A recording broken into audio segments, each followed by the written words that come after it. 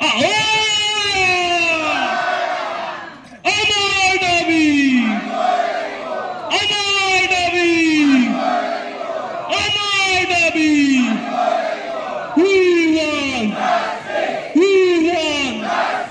we want আমার দাবি equal pay for NHM কর্মী জিন্দাবাদ NHM কর্মী জিন্দাবাদ NHM কর্মী জিন্দাবাদ কোভিড ওয়ারিয়র জিন্দাবাদ কোভিড ওয়ারিয়র জিন্দাবাদ কোভিড ওয়ারিয়র জিন্দাবাদ কাৰ্যসূচীত অৱস্থান কৰি আছে কি দুখত কৰিছে বা আপোনালোকৰ পৰৱৰ্তী ইটো যদি হেৰি নহয় আপোনালোকৰ কি পদক্ষেপ থাকিব অলপ ভাঙি পাতিব আজি আমি ইয়াতে সব আমাৰ কাৰ্বি আংলং ডিষ্ট্ৰিক্টৰ NHM কৰ্মী লগ ধৰিছোঁ ইয়াতে আজি আমাৰ 3 দিনীয়া ধৰ্মঘটৰ আজি লাষ্ট আছিলে এজিটেশ্যন এতিয়া প্ৰথম পৰ্যায়ৰ আমাৰ দাবীখিনি একদম থুলমূলকৈ কৈ দিছোঁ আমাৰ দাবীটো প্ৰথম দাবীটো হৈছে সম কামত সম দৰমহা লাগে আমি হস্পিটেলত কাম কৰোঁ আপোনালোকে যদি কেতিয়াবা হস্পিটেলত যায় আপুনি গম নাপাব কোনজন NHMৰ কৰ্মী হয় কিন্তু আৰু কোনজন ৰেগুলাৰ এমপ্লয়ি হয় কিন্তু আমাৰ দৰমহাটো যদি চায় তেনেহ'লে তাতে এটা হিউজ ডিফাৰেঞ্চ আছে আমাৰ আধাও নহয় 1/3 দৰমহা নহয় তো সেইটো কাৰণত আমি যেহেতু একে কাম কৰি আছোঁ ইমান বছৰৰ পৰা কৰি আছোঁ আমাৰ দৰমহাটো সেই একে সমান লাগে আৰু আমাৰ যোনটো চৰকাৰী সা সুবিধা আছে সেইটো লাগে আমাৰ থুলমূলকৈ একদম সিম্পল দাবী এইটোৱে হয় আমাৰ পে স্কেলটো লাগে আমাক মৃত্যুৰ পিছত যোনটো সুবিধা পায় গ্ৰেচুইটি পায় EPFৰ সুবিধা আছে এইবিলাক লাগে আমাৰ ডেথ বেনিফিটটো লাগে সেইখিনি দাবীৰ কাৰণে আমি চৰকাৰৰ পৰা বহুত দিনৰ পৰা দাবী কৰি আছিলোঁ কিন্তু চৰকাৰে আমাক পেছ কমিটি বনাইছে কিবা বনাইছে বুলি কৈ আছে কিন্তু এতিয়ালৈকে আজি 20 বছৰমান হ'ল চাকৰি কৰি আছে বহুতৰ ৰিটায়াৰমেণ্টৰ সময় আহি গ'ল কিন্তু আমি এতিয়ালৈকে সুবিধাখিনি পোৱা নাই আশা কৰিছোঁ যে চৰকাৰে আমাৰ কথা শুনিব আৰু যদি অনাগত দিনত চৰকাৰে আমাৰ কথাখিনি নুশুনে তেনেহ'লে আমি আমাৰ কেন্দ্ৰীয় সমিতিয়ে জনোৱা মতে আমি নেক্সট পৰ্যায়ত যাম এবাৰ আপোনালোক মেমৰেণ্ডাম দিব নেকি মেমৰেণ্ডাম আমি অলপ আগতে আমাৰ CM ছাৰক দি আহিলোঁ আৰু আমাৰ সব বিধানসভা সমষ্টিৰ আমাৰ MLA ছাৰহঁতক দিয়া হ'ব আৰু বাকি সব ডিস্ট্ৰিক্টতে তেনেকা দিয়া হৈ আছে আপোনালোকৰ 5 দফীয়া দাবী আছিল আমাৰ 5টা দাবী আছিলে প্ৰথম দাবীটো হৈছিলে আমাক পে স্কেল প্ৰদান কৰিব লাগে দ্বিতীয়টো দাবী আছিলে আমাক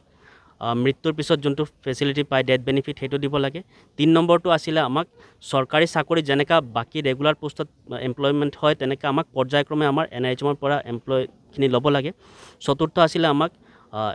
EPFটো দিব লাগে EPF প্ৰদান কৰিব লাগে আৰু 5 নম্বৰটো আছিলে যে আমাক এতিয়া চৰকাৰী কৰ্মচাৰীসকলৰ মৃত্যুৰ পিছতো যদি 60 বছৰ আগৰ মৃত্যু হয় তেতিয়া হ'লেও সমান দৰমহাটো পাই থাকে আমাৰ NHM কৰ্মীৰো সেই সুবিধাটো পাব লাগে কাৰণ আমাৰো সংসাৰ আছে আমাৰো ল'ৰা ছোৱালী আছে আমাৰ যদি আজি মৃত্যু হয় মোৰ যদি আজি মৃত্যু হয় অহাকালিৰ পৰা মোৰ স্যালাৰি বন্ধ হৈ যাব মোৰ পৰিয়ালে একোৱে বেনিফিট নাপায় তো সবৰে এতিয়া বয়স হৈছে ইমান বছৰৰ পৰা আমি কৰি আছোঁ সেই দাবীখিনি আমাৰ যিমান দাবী আছে একদম ন্যায্য দাবী আমি কাৰো তাতে ভিক্ষা কৰা নাই আমি আমাৰ প্ৰাপ্যখিনিয়ে বিচাৰিছোঁ ডেমক্ৰেসি কি ক'ব আমি অংশগ্ৰহণ আমি মৰেল ছাপৰ্ট দিব আহিছোঁ আমি অল আছাম মেডিকেল ছাৰ্ভিচ এছ'চিয়েশ্যনৰ পৰা আমি ডিষ্ট্ৰিক্ট কাৰ্বি আংলং ডিষ্ট্ৰিক্টৰ ইউনিট মই ছেক্ৰেটাৰী মই প্ৰেচিডেণ্ট ছেক্ৰেটাৰী আমি মেডিকেল এছ'চিয়েশ্যনৰ পৰা আমি বস্তুটো সমৰ্থন কৰিছোঁ আৰু আমি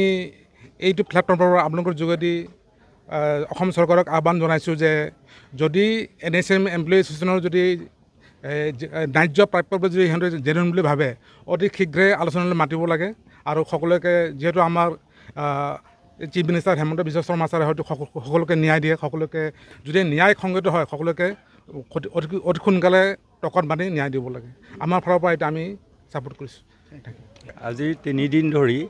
যিখিনি তেওঁলোকৰ এজুকেশ্যনেল প্ৰগ্ৰেমত বহিছে সেইটোৱে গোটেই হেল্থ ছিষ্টেমটোকে একচুৱেলি পেৰালাইজ কৰি দিছে কাৰণ আমাৰ গোটেই হেল্থ ছিষ্টেমৰ বেকবোনটো হৈছে NHMৰ কৰ্মচাৰীখিনি তেওঁলোকৰ